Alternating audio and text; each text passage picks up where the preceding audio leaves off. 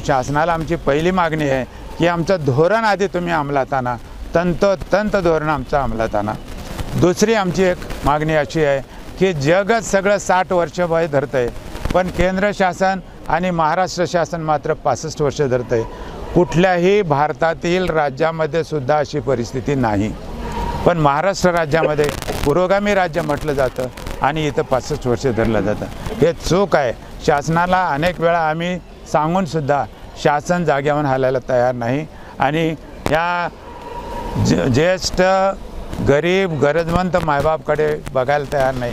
त्यांना बहीण आठवते, त्यांना भाऊ आठवतो, पण बाप आणि माय आठवत नाही, आजोबा आणि आजी आठवत नाही। हे दुर्दैव आहे सगळ्यात। आणि की आम्हाला इतर राज्याप्रमाणे तुम्ही मानधन द्या, 3500 रुपये मानधन द्या, आम्हाला अशा भंपक कुठल्याही योजना नको। आणि म्हणून शासनाला मी विनंती करतो की आम्हाला तुम्ही 3500 रुपये महिना द्या। आमची सगळ्यात मोठी अजून एक दुसरी मागणी आहे की आमचे प्रश्न तिथं कळकळीनं मांडणारा कोणीही नाही आणि म्हणून आमची कळकळ लक्षात घ्या।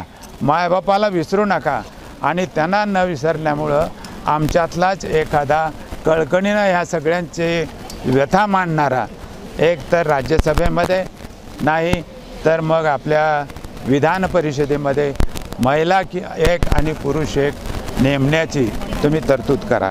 ह्या उपोषण करायला कोण कोण तयार आहे? हात वर करा। म्हणजे सगळेच्या सगळे आमरण उपोषण करायला तयार आहेत। एवढी आमच्यावर बेतलेली आहे। आता तरी सरकारच्या डोळे सुद्धा आम्ही जसं तुम्हाला निवडून देऊ शकतो तसं आम्ही तुमच्याकडे पाठ फिरवली तर तुम्हाला घरीही पाठवू शकतो। एवढी आमची आता ताकद आहे। पूर्ण महाराष्ट्र आता आमच्या पाठीमागे आहे। नांदेडपासून सुरुवात झालेली आहे। सगळ्याच जिल्ह्यामध्ये सगळ्याच आपल्या राज्यामध्ये हे पेट घेणार आहे। तर कृपा करून आम्हाला जास्त आमची वाट बघू नका, आमचा रोष घेऊ नका, आमच्यावर अन्याय करू नका, एवढंच मायबाप सरकारला विनंती आहे।